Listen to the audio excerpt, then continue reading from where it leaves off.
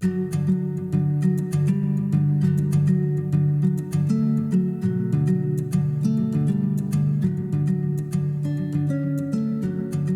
and welcome. My name is Mitch Guthrie, and this is the Long Letter Podcast, episode 20.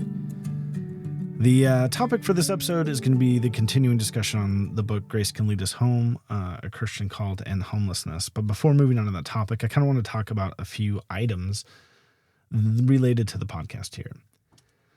So some of you may have noticed that I haven't really released very many episodes in the past few months.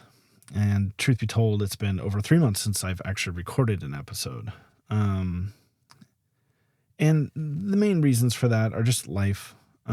Things can get complicated or exhausting, or just kind of going through it. And I wish I could say, that it's just my life. But truth is, when I look around, I have a lot of friends and acquaintances that are also kind of going through it right now. It just feels like a very difficult time, not just for me, but for others. And the severities of which can do vary, but at the end of the day, when things are hard, things are hard. And I'm not immune to that. And the side effect of when I'm struggling with something is that I have a diminished desire to accomplish things, to get things done. I sort of shut down. I know others that when they encounter a problem or they're having difficulties, they kind of pour themselves into something. I'm kind of the opposite. I just start to shut down. And so one of the casualties of that is my ability to keep cranking out episodes. I've already struggled with it in general just because it's a lot of work. I've got a family, married, 4 kids. Sometimes finding the time with schedules, it's just hard enough as it is when I'm feeling okay, when I'm doing all right. But when I'm not, I find that my ability to just want to tackle things just is completely diminished. The other thing is the podcast does take a lot of work. I don't have a studio. I wish I did. It'd be nice if I could have a studio where everything was set up all the time. And it's just a matter of coming in, sitting down, recording an episode, and then moving on. But as such, I'm actually dependent on others for a location to record. I have a completely mobile unit. Everything's in the kit. I can just unpack it and start doing that. But that takes time, especially if it's me, if I have a co-host. Sometimes I have 2 guests. I've got all that stuff, the microphones, the board. I have 2 cameras usually going. Sometimes I have lighting. There's just a lot of overhead there. And that doesn't even get into the issue of scheduling co-hosts and guests, trying to line everybody up or trying to get a interview going. These things all take time. And yeah, so that's where I'm at. Once I even do all that, I still have post-processing because I provide this on different platforms. I have to edit things. Usually I try to get it all in one take, which I think I've almost always done. But sometimes you have to do some work on the audio or video syncing up, all this other stuff. So it all takes time, and that takes amount of energy that I just haven't found in myself lately. But ultimately, the podcast is good for me for multiple reasons. One, I'm a social person. I enjoy listening to people's stories. I enjoy talking to people. I enjoy the interaction. I also like discussing topics that I feel are important to, our community, as a Christian, for churches, so on. There's a lot out there that I am passionate about. And so I don't want to neglect that. It's actually been healthy for me to work through these and discuss these things. And so one of my, I want to keep going with the podcast, but the overhead's a little too much. So right now I'm going to kind of pare it down. I'm going to do simpler podcast episodes. I have a little recording booth that I am currently working from, and this will allow me, I've done some things that allow me to turn around episodes faster so I can spend more of my time on the topic and the subject rather than just trying to get everything scheduled or set up or all that stuff. And this will help with the post-processing and everything. So for right now, I'm just going to do simpler podcast episodes to kind of get the ball rolling, to get me back into a pattern of doing this. I would eventually like to return to doing interviews. I have several people that want to do interviews that I'd love to share their story. And I do want to get back to that. But for right now, I'm just going to try to pare things down, keep it simple, and go from there. And I have plenty of topics I'd also like to cover. I know that I've primarily done interviews, but I have a passion for discussing certain topics and things I think are important. And so I want to continue on that. So this is just kind of my attempt to take it one episode at a time and put one foot in front of the other. And so now we get into the actual topic here, which is I'm continuing on the discussion, Grace Can Lead Us Home. And this has been going on for a long time now. So part of me wants to wrap up this book, but the other part of me also recognizes this, there's some really good content left in this book that I would just feel bad if I moved on without touching on it. It's been this particular chapter, which is chapter 7, it's on addiction and recovery, I have found to be probably one of my more favorites out of this whole book. And originally, I had planned to have this discussion. I had Brooke Reeder on and her friend Samantha Davis, and we were going to talk about this. And I ended up talking to Samantha while I was setting up and getting things going like I usually do, asking questions or whatever, and ended up kind of hearing Samantha's story. And I just kind of called it, and I was like, Samantha, would you be willing to do an interview? And she said, yeah, that's fine. And so I scrapped the plans to cover the book and actually ended up doing an interview with Samantha Davis, which went really, really great. She has a wonderful story and another example of somebody who's turning their experience into helping others. And so this ended up just being put on the back burner, and then life hit, and then, yeah, things have been the way they are. So this chapter, Addiction and Recovery, I think is a great chapter. One of the reasons why I like it is because it's very structured. I like structure. And the structure of this is actually the entire chapter is built around the definition of addiction. And so we'll start there. I'm going to kind of bounce between the book and my notes, and we'll just see where we get. So he starts out, Kevin Nye, the author, the definition that will guide our understanding is provided by the National Institute of Drug Abuse. And so here's the definition. Quote, addiction is defined as a chronic, relapsing brain disease that is characterized by compulsive drug seeking and use, despite negative consequences. There's a lot to unpack there, and I love the fact that he takes this definition, breaks it up, and those are basically the sections of this particular chapter. And so we're going to go through this book. And mind you, this chapter is on addiction and recovery, but the topic of the book, the subject of the book, what we're actually addressing is homelessness, the unhoused population. These are not unrelated, though, and that's why he's bringing this up now. So what I want to do is start getting into this, and it's going to start with the chronic and relapsing part of it. But let's go back to the addiction, the definition of addiction one more time. Addiction is defined as a chronic, relapsing brain disease that is characterized by compulsive drug seeking and use, despite negative consequences. So keep that in mind. I'll probably refer to it many times as we go through here, but this is what Nye is hanging his chapter sections off of. So the first one has to do with chronic and relapsing. And the chapter kind of starts out with this: unhoused people are vulnerable to the worst and harshest byproducts of substance use. The unhoused part of it exacerbates the substance use addiction and all of that more than, say, a person who's housed or doing better in terms of their living situation. And so he tackles the first part about the chronic and relapsing. And he kind of starts with his family's history. So his dad apparently found out that he had high blood pressure.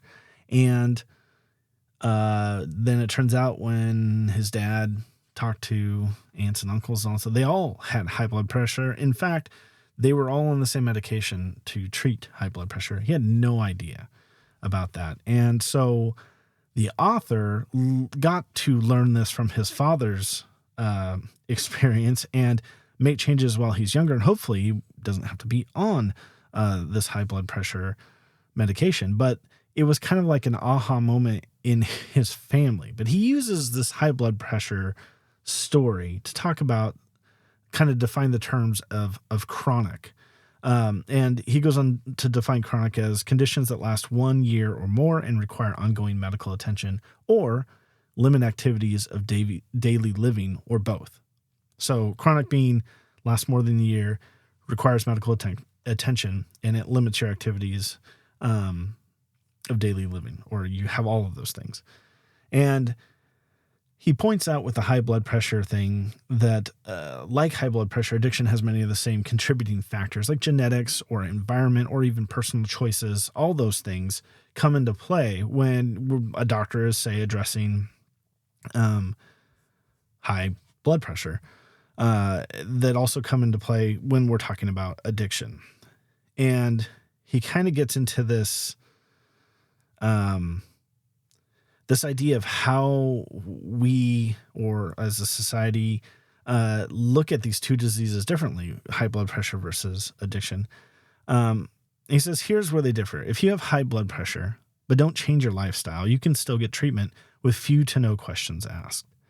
If you are addicted to a substance, most treatment methodologies offer a single option, stone cold sobriety. If you relapse, you may get kicked out of treatment. And he talks about how many people are disqualified or discharged from addiction treatment for using or whatever. It's a lot, like 200,000 people or something. And so he kind of uses this quote from harm reduction advocate Bill White. He says, "We know of no other major health problem for which one is admitted for treatment and then thrown out for becoming symptomatic in the service setting.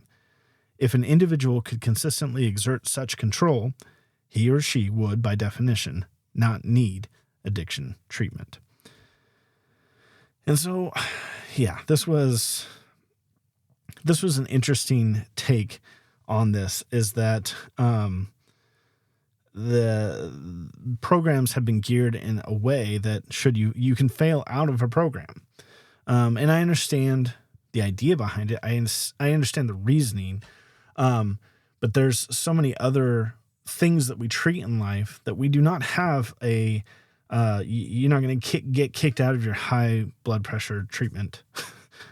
If you continue to have high blood pressure, if you're still struggling with that, typically what you do is you go back to the drawing board, or you find other ways of addressing it, or you start tackling both like personal agency and environmental concerns.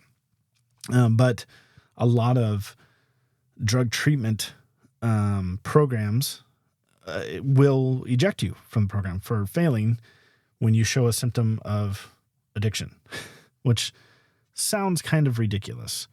And it was like, to me, it was an interesting juxtaposition. Now, I will say that maybe a critique could be made in how these things are handled. So,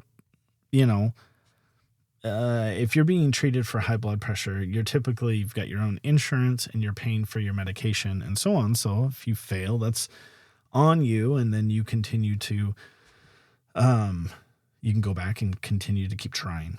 Yeah.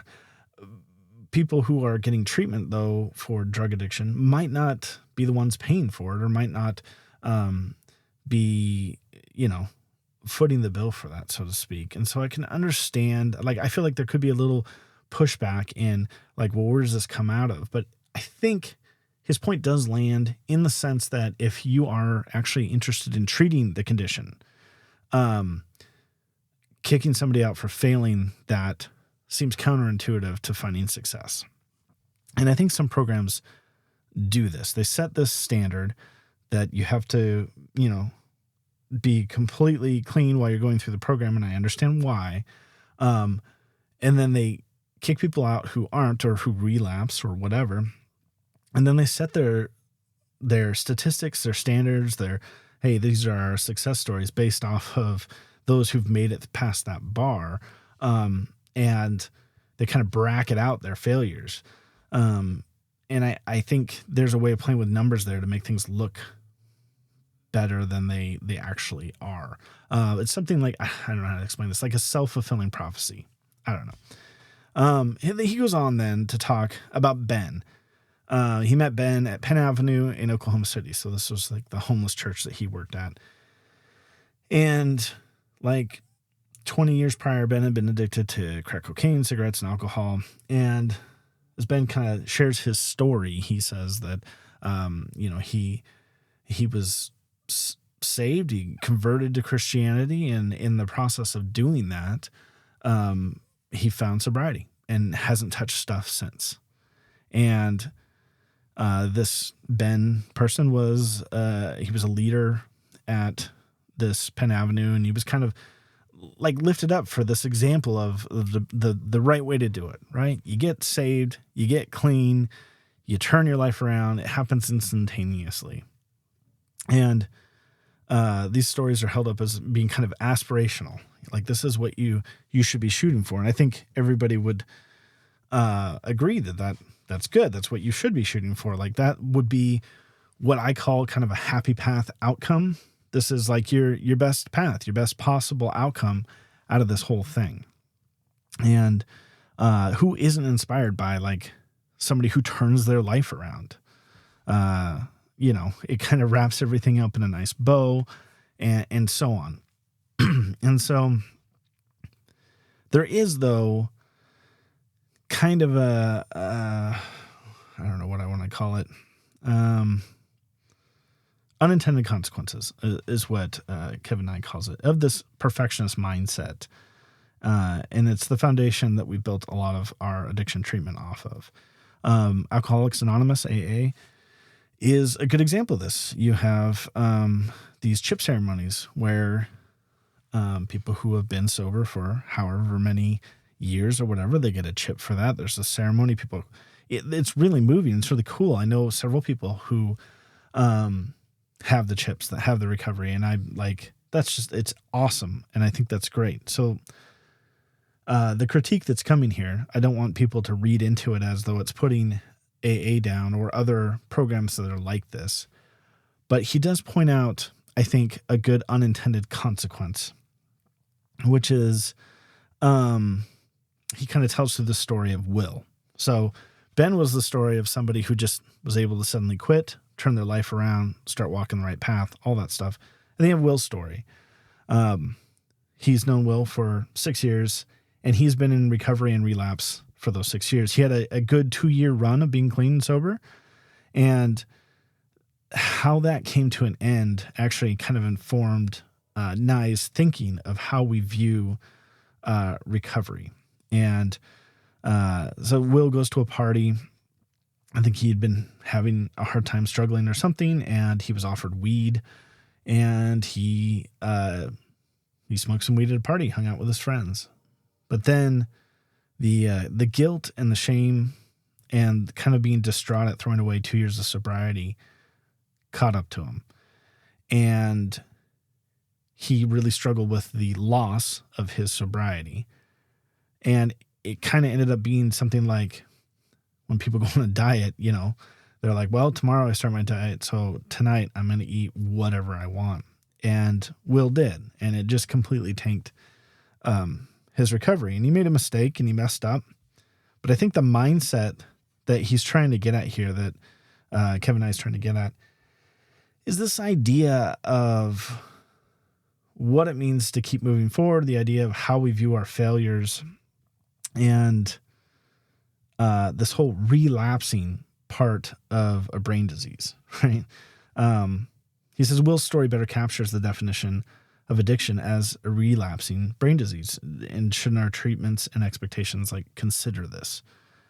And I think they should. For the people that can just switch around on a dime, turn their life around, that's amazing. But we have to recognize that there's so many other people that don't do that, that struggle with that when we set that up as, your only option forward when they screw up, man, they hit hard, they fail hard. Um, it's not good. I've seen people go through that, because everything is then a complete loss. There's not this sort of redeeming mindset. And here we are talking about chronic and relapsing. It's literally part of addiction. And so I found this was an interesting aha moment that he had. It's the whole putting one foot in front of the other type mindset versus like just, well, I've completely screwed up and I have to like rebuild all this all over again. Nothing will mean anything until I'm 2 years and 1 day clean now. It's the mindset part of it, I think, that gets into this. And he goes on to talk about how Will is an inspiration. Like he has this resilience to his recovery, that even if he's had relapses and stuff, I mean, the guy just keeps getting up. It's like, don't fall down, stay down, like get up every time. And he does. And I think that there's people out there that wouldn't give him credit for the continuing to try to walk on that road, even though he stumbles, even though he fails. So I think it comes down to, like how much we engage with, say, shame and guilt in the recovery process. And it can be pretty severe, and it can be, lead to what he called unintended consequences. And so, he goes on, he says 70% of people in recovery relapse at least once. And if our programs expect that type of perfection, relapses turn into despair.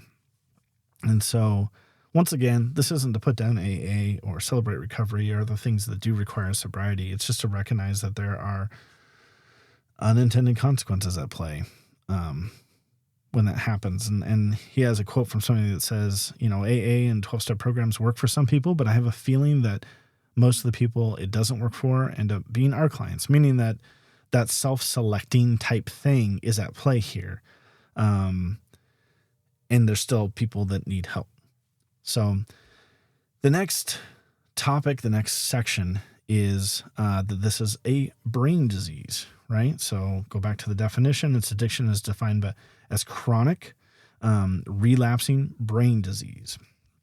And so he kind of leads this one off talking about the adolescent brain. He says substances like opioids, accelerants, alcohol, and nicotine interact with a specific part of the brain associated with pain and pleasure, and they make you feel good, especially if you're feeling bad. And this part of the brain develops thoroughly and quickly in adolescence, meaning that young people have a physiological urge to seek pleasure. However, flip side of that is the part of the brain that is associated with reasoned thinking, assessing cause and effect, and long-term consequences is still in development into the late 20s. So while addiction can develop among people who first use substances later in life, adolescence can be a particularly acute time for experiences and behaviors that may lead to addiction. So he's just talking about the adolescent brain and how some parts are more wired toward potentially addictive substances, while the reasoning part of it is still being developed, over way more years. It's a development that's not all lockstep across the board. And he goes into adolescents that grow up in environments where there's a lot of trauma or pain. These are referred to often as adverse childhood experiences, like ACE is one thing that you hear, where you have this brain development going on, you have how substances work, and you have an environment that, he says, to put it crudely, the brain loads the gun, but the environment fires it. And so it's this sort of predisposition that you have to look at and consider. And so he says, while many coping behaviors learned in adolescence are reversible in adulthood, chemical addiction can actually rewire the brain. When substances become a primary coping mechanism, the brain learns to seek that route to relief and directly connects the feeling to the substance, literally bypassing the brain's decision-making centers. It becomes automatic, similar to driving the same way home for the thousandth time and not remembering the drive itself. People become trapped in an unbreakable cycle that has almost nothing to do with will or strength and everything to do with the literal structure of the brain during that developmental stage. And so he kind of breaks this out in how we see this sometimes young people under the influence. He kind of wants to rethink that a little bit as young people who are struggling with traumatic environment and they have a brain that is not developed or well suited at the moment to handle it.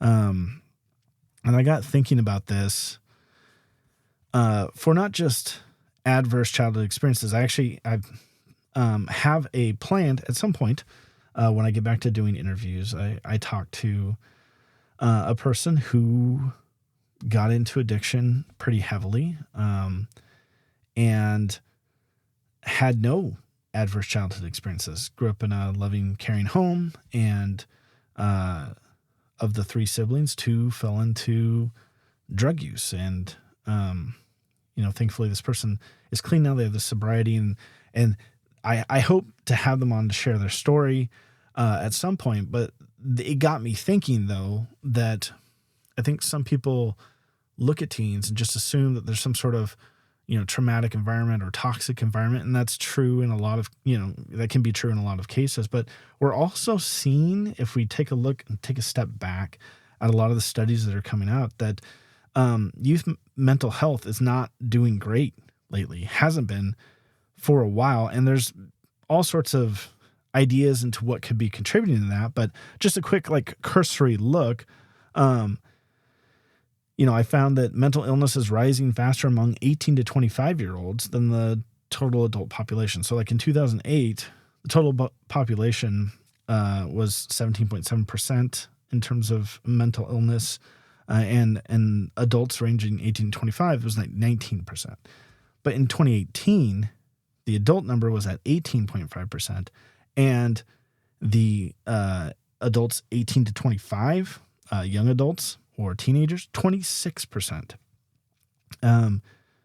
It goes on to say 75% of all mental illnesses develop by age 24. And the most common mental illness among young people are anxiety and depression. Nearly 1 in 3 teens ages 13 to 18 has an anxiety disorder. And depression is often underdiagnosed or undertreated, especially for young people.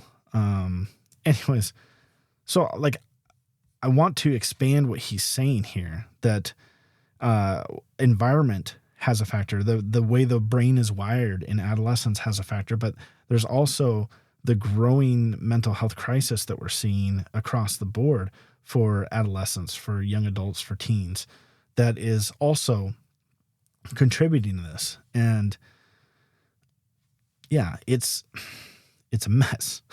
I don't know how else to say it. When I talk about life getting in the way, sometimes things are just hard. It's looking around our community, you can just see it. It's very obvious that there's a real struggle. If you get notifications from the police activity report, or if you get, emails from the school or whatever, you can just tell that, the kids are not all right, as the saying goes. Things are rough right now. And there's a type of despairing that I guess can come over a person when they just factor all that in, when they see this in the community, and they experience that. It's a real struggle. And he goes on to talk about, under this brain disease. He talks about Martin's story, or Martine, I don't know quite how to pronounce his name, that he met Martin. And the one thing he remembers about Martin, they were both born in the same place at the same time. They're the same age. And yet Martin is a, what do you want to call it? He's a patient. He is a visitor to the place where Kevin works. So while they were, basically roughly born in the same place and time, their path took completely, vastly different outcomes. And talking to Martin, he finds out that his first drug use was at 7. his father used to hide drugs and guns under his bed. And because of that, he got into the drugs and took them one day. And his father came in. He thought he was like busted. He was really going to be in trouble. And his father just laughed. And this was kind of the start of obviously a very traumatic childhood for Martin, who then developed a substance abuse problem and found himself in need of treatment. Versus the author's background, where he grew up in a stable home with loving family and so on. Just a wildly different environment, and the outcomes were just ended up being wildly different.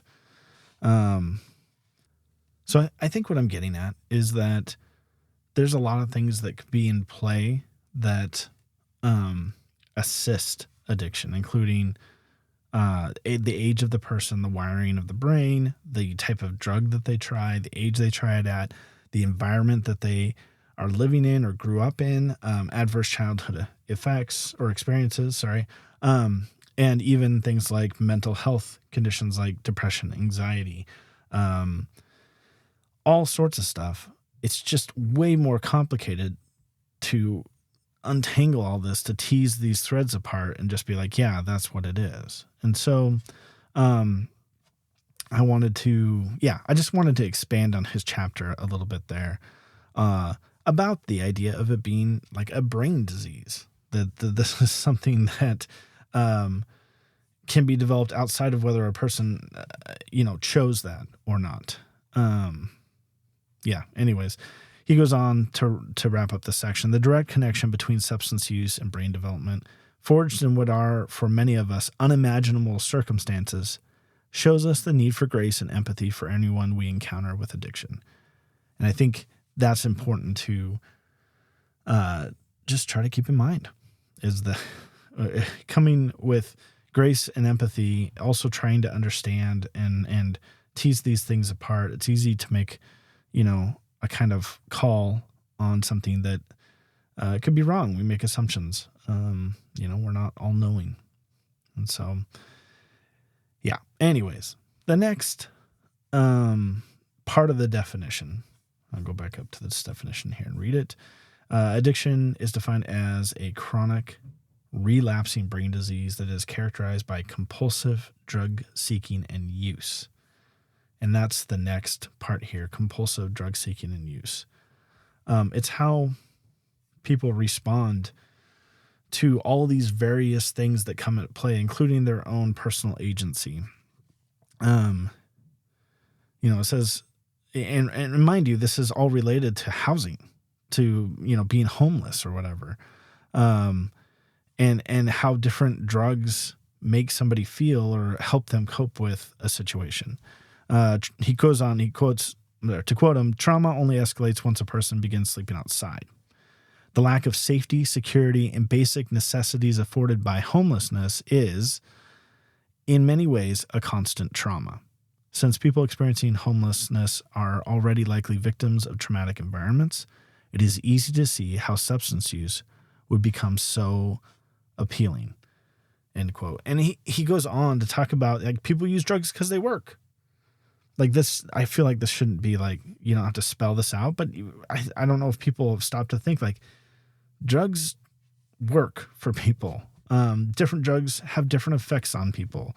If you're somebody that's struggling with mental health stuff and you take drugs to feel better, like, that works. And I'm bracketing out the addiction part of it. I'm bracketing out the negative consequences. I'm bracketing out the risks and dangers, all that other stuff.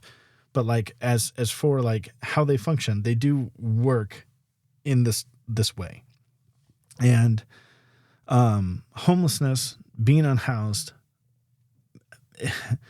has so much trauma involved with it that people turn to drugs to numb pain, or to relax, or to turn off their brain, or to calm their nerves in a stressful environment, all this stuff. And he quotes Edgar Allan Poe a notorious person who abused substances. He says, "It has not been in the pursuit of pleasure that I have periled life and reputation and reason. It has been the desperate attempt to escape from torturing memories, from a sense of insupportable loneliness and a dread of some strange impending doom." That is the compulsive part of it. And that comes into play when you factor in all of the different things, whether they're trauma, toxic environment, adverse childhood experiences, wiring of the brain, or just personal failure, and so on. We have to keep that in mind to understand why it would be compulsive. These drugs help mask those situations, and that's why people turn to them in the absence of other hope, in the absence of other things to kind of take care of it. And once you then cross into a boundary of substance abuse, you're dealing with a whole nother issue. It's this sort of feedback cycle of just feeding into this trauma over and over again. And so, yeah, it's a mess. It's a mess. He quotes Maya, Solovitz, and she's chronicling her early use of heroin, and she writes, "Every atom in my body felt calm, safe, fed, content, and most of all, loved," which is an interesting way of detailing the same experiences we get when we develop community. And that's kind of what he shifts into, because these basic human spiritual needs, they go unmet in people experiencing homelessness. And those are the things that they're turning to drugs to feel or find or what have you. And so, there is there is a reciprocating thing here that drugs are filling this type of void. They're filling this type of need. They're not doing it well. They're doing it dangerously and so on. But we have to recognize that there are things that we can do to provide community for people that could displace that and so on. And so he goes into the next section, despite negative consequences. So this is the last part of the definition. Addiction is defined as chronic relapsing brain disease that is characterized by compulsive drug seeking and use despite negative consequences. And I think this is kind of the big aha moment here. And I've been trying to think on the best way to communicate this. It's been a while since I've done an episode, so I'm not firing as fast as I normally do. But this whole, despite negative consequences of addiction, should tell us something. Like, it's literally in the definition here that the negative consequences are not factored in when somebody's addicted, when they're dealing with substance abuse. And he goes to say, quote, "The addiction rises to the challenge, so to speak. Trying to force someone into sobriety is as futile as trying to calm someone down by screaming at them." And this next section, I'm just going to quote his paragraph because I feel like it captures maybe where we're looking at this in a funny way or a goofy way. So he says, this is his paragraph, and I quote, "Nevertheless, our fundamental approach to U.S. drug policy is punishment. In 2020, more than 1 million arrests were made for drug possession alone. That doesn't include sales. The United States holds the world's largest prison population and incarcerates more of its residents than any other country in the world, 664 per 100,000, 1/5 of which are drug-related. Once they enter the justice system, people with drug charges are sent down a quick, devastating path. Incarceration causes people to lose jobs and relationships, with many restrictions continuing even beyond release. Because addiction is a, quote, a chronic and relapsing brain disorder, unquote, and incarcerated people are often released into financial and housing instability, recidivism for drug offenders is over 60%. That's just, I think, a very revealing part of this conversation that I think is starting to change. We do have programs now like drug court.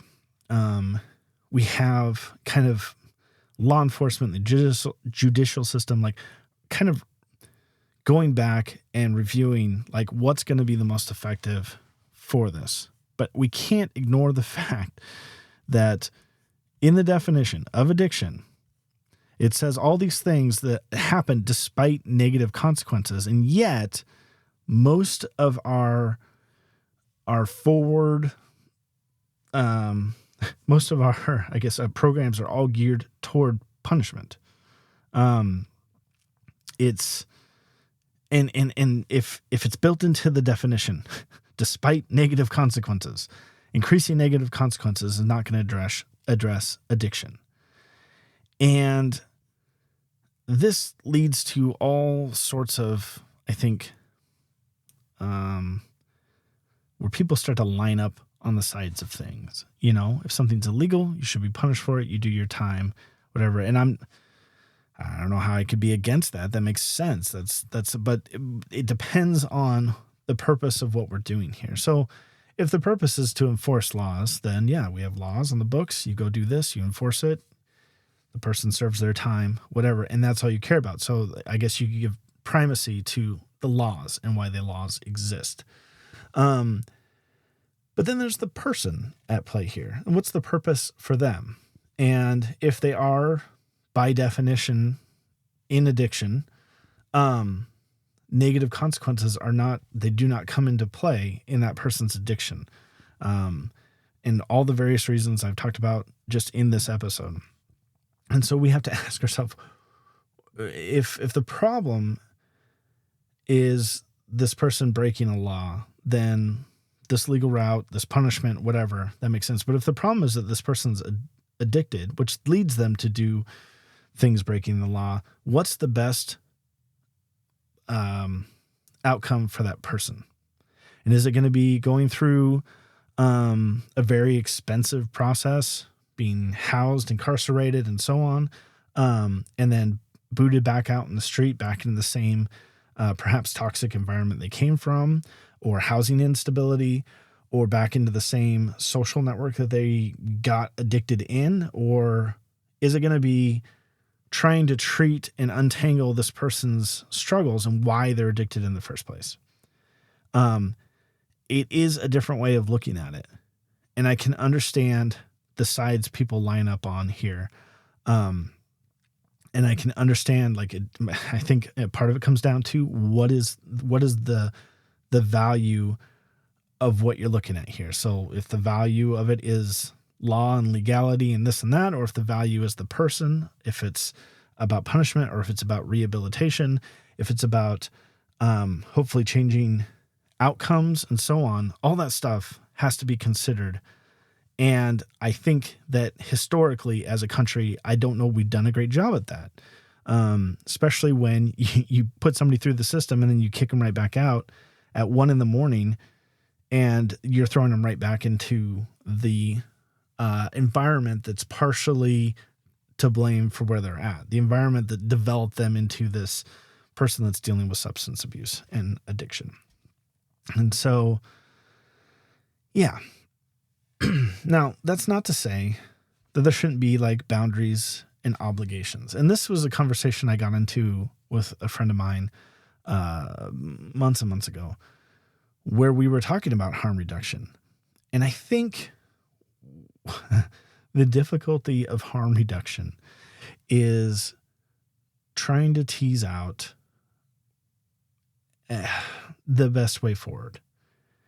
And I think people want like a ready-made solution. Like you can pull out like a little index card and it'll have like, oh, did they do this? Then you do this, and then you do, and so on and so forth. But really, I think the struggle with some people understanding harm reduction is that it requires discernment.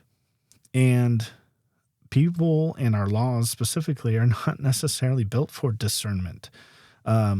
We like things to be black and white. We like things to be very clear. We like things to be lined up just so you do this and this happens and whatever. And my friend and I spent a lot of time talking about harm reduction and how you apply it, how you try to exercise it. And the thing is, you have to factor in multiple things at play here. So you have the person that's in addiction. That's one, part of it. But you also have that person's support, right? And that support, they have maybe a care and a desire and obligation toward the person who's, I'll say lost to addiction right now, but they also have other obligations to say other family members or their home and so on and so forth. This is where harm reduction requires discernment. This requires understanding and setting boundaries and obligations. There's no black and white thing for this. There can be lines that can be crossed that aren't good for the person or for the person helping them, if that makes sense.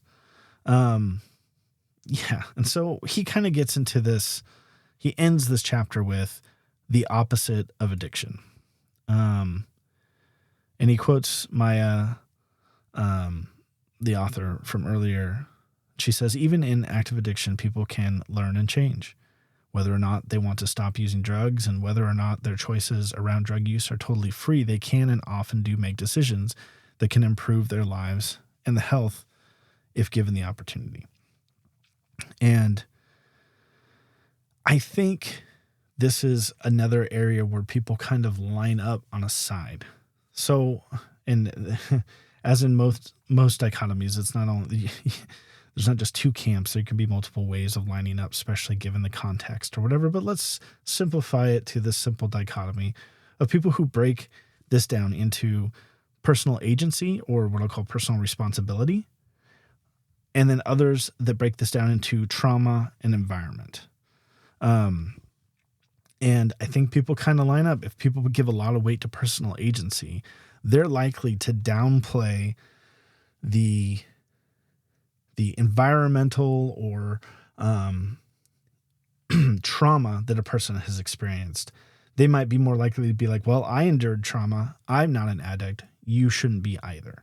They're more likely to discount those things that don't fall under personal agency and personal responsibility. They'll see this person as being wildly irresponsible. Perhaps they've been that way their whole life and so on. And if they just pull themselves up by their own bootstraps, they can get their shit figured out and get it together. On the other side, you can have people that almost view humans as automatons, that we're just some sort of thing at the will of our environment. We're not even making decisions. Things are being made for us because of our trauma and because of our environment and because of our childhood experiences and maybe the way our brain is wired, all these other things. And I think a more holistic, healthy view of this is to recognize that we do have personal agency, and we do have things that can be out of our control, either environmentally or mentally or so on and so forth. We can have a genetic thing at play. This is not an either or. This is like a both and situation. And I think the best treatment going forward is going to recognize that people have had poor experiences that have contributed to their addiction. And that's going to be a lot of trauma to untangle, but that also that person is more likely to see success if they can participate in their own care. Does that make sense? I hope it does. This is where it'd be nice to have a co-host to tell me if I'm just totally full of it or not. But I think you really got to tease these things apart. You got to look at, all right, let me not tease them apart. I think you got to kind of look at both of them. You have to keep them both weighted. You have to keep them both as a part of your consideration when you're talking about addiction and somebody who is struggling. And so, Kevin Knight goes on to talk about Dan Bigg of Chicago Recovery Alliance, who defines recovery as any positive change. And this is where you'll hear slogans like better is better and so on, where if the bar is set to sobriety and nothing else. I think you're going to see just a lot of people drop out and fail, and they're going to be worse off for it. But if you can set this more as a journey, if you can kind of get the mindset of any positive change as moving people in a direction over time instead of jumping straight to this or that, and that they are participating in it, I think you're going to be in a better place to see progress, whatever progress looks like for that person. Now that is going to go against some people's sensibilities and sometimes even mine. I understand the struggle. Like, we want to make things be this way. We want to, you said no, I go get you. This is a yes. Like, we want to force this issue our way. And that would be great if we could get higher assurances that things are going to work out better. But if we don't, and many times we don't get our way, we can't use our will to force somebody into sobriety. We can't, we can't, people try, I guess I should say. Same thing with the shame and the guilt and all these other things.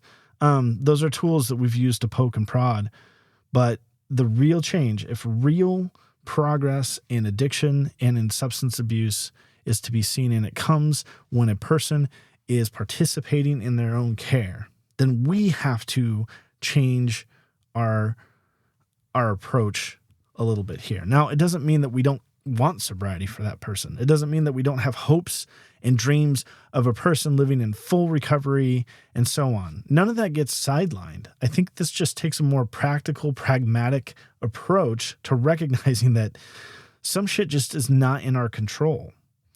And what we can do to work with somebody who's struggling is to have this mindset of better is better, a little bit more, one foot in front of the other, a few steps here and there, and so on. And he talks about in this chapter, he says, quote, "In my own work, I've come to understand goals as falling into three primary categories. 1, using less. 2, using safely. And 3, stopping use altogether." And I think there's going to be people, and I used to be one of these people, that struggle with anything less than 3.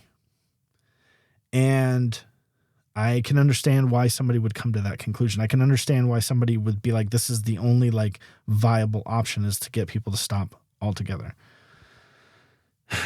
And I get that. I get that inclination. But the problem is, if that's your bar and a person doesn't meet it, then I guess you're just SOL.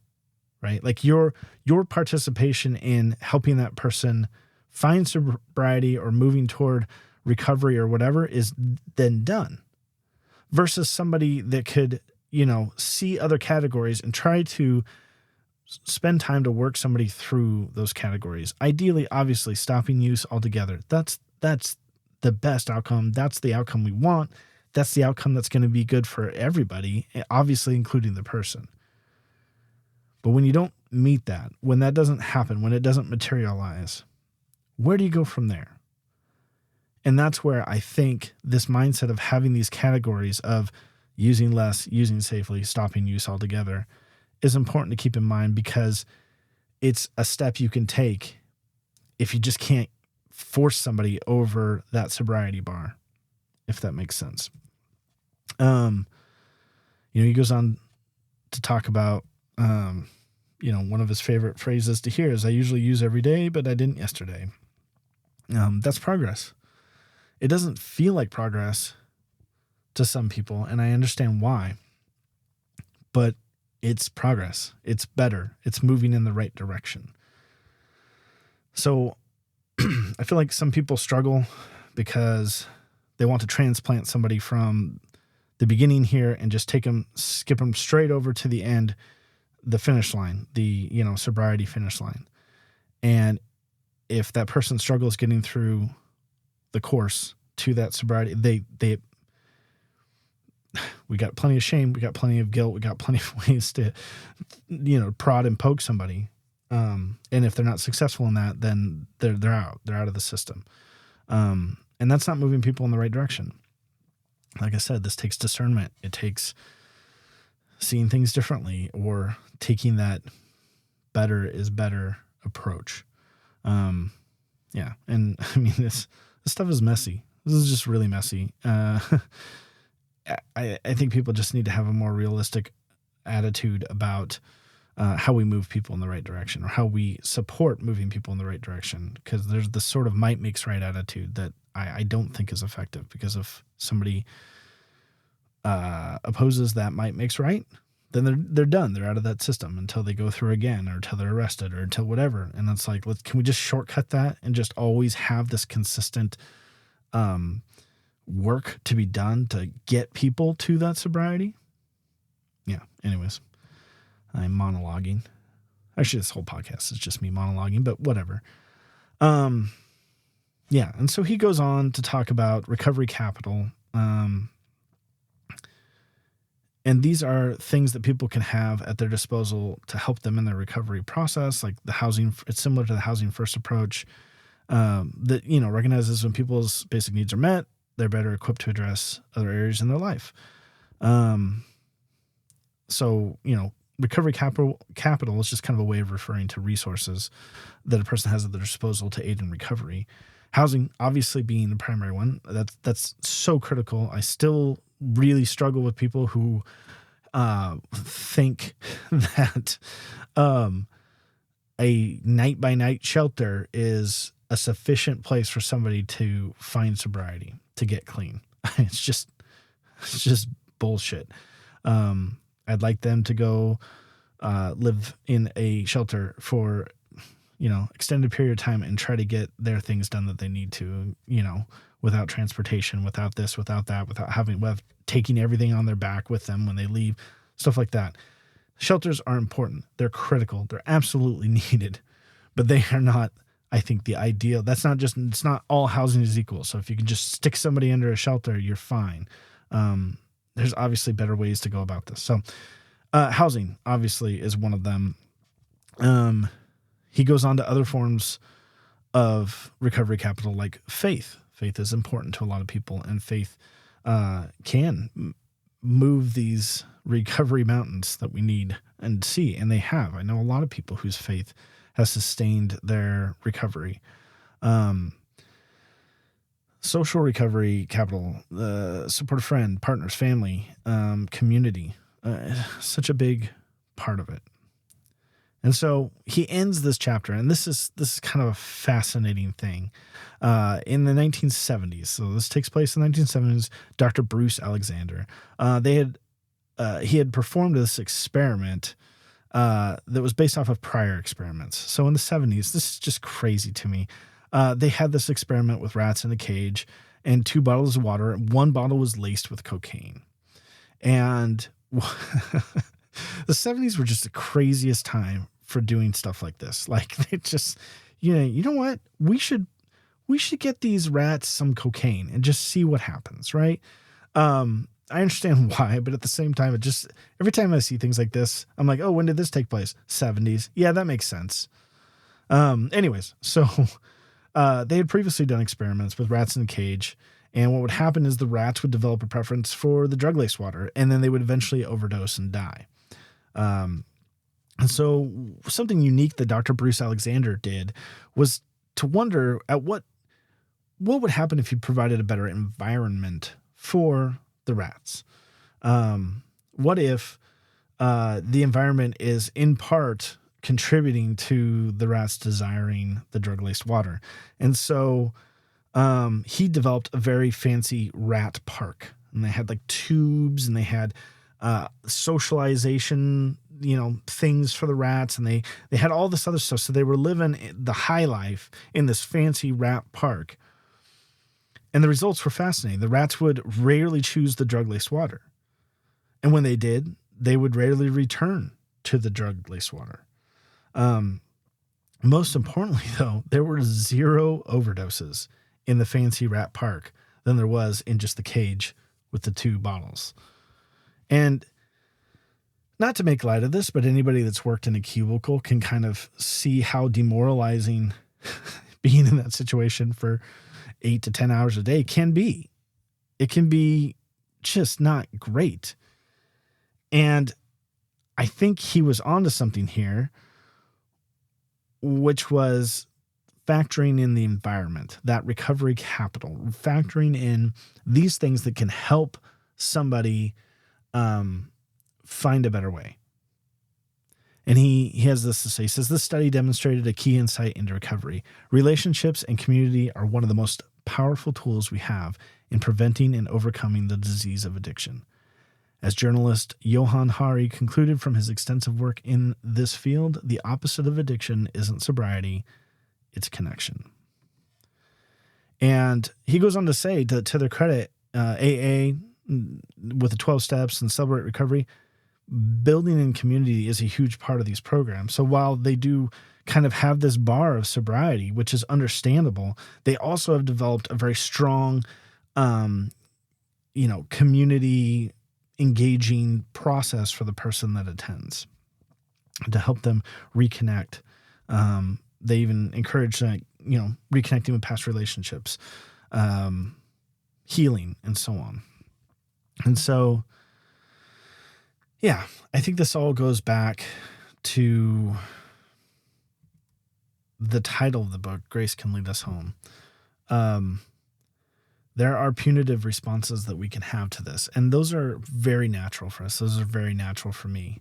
It just makes sense. Somebody did something bad or they're doing something bad. The response is they should be punished for it, and so on. But we have to remind ourselves that we're talking about a disease here.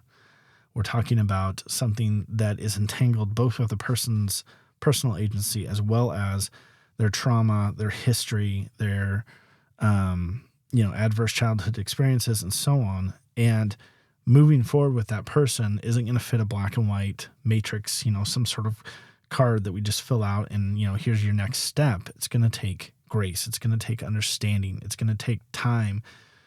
These are all things that we don't want to have to do. These are all things like it's not a quick fix. But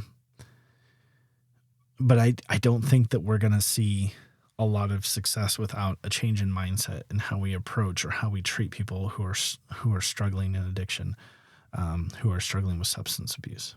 And so anyways, that is this episode. This is a great chapter. I would encourage those of you who have been following along, go read the chapter. If you haven't read it, go read it. If you have read it, go read it again. Breaking down this definition of addiction and teasing out all of these parts that contribute to how a person responds to things, how a person responds to drugs, how a person responds to trauma, to all this stuff is essential in kind of humbling us and reminding us that these are complicated, like tightly woven strands of just a person's history. They're what makes a person, and being, I would say, more cautious, being more flexible, being more aware of the things that go in to make that person the way they are is absolutely critical. And community is such an important part. There's a ton of people that I know that have been in recovery, and one thing that I repeatedly see over and over is just this tight bond, these tight bonds they have with others who have either been in recovery or support them in their recovery. It's a family. It becomes a family. So critical and important to, who they are and their success. Anyways, so I appreciate you, my listeners. Thank you for encouraging me, those who've reached out. Thank you for just continually being a positive thing in my life, as well as for those who share their stories. I hope to, like I said, continue to be making steps in the right direction of being more consistent about this, to talk about topics that I think are important. And I just encourage you to continue to reach out and give me a call or send me an email or send me a Facebook message. It really does encourage me to keep on keeping on. So that's it for this episode. I just want to thank you for listening, and I will catch you next time.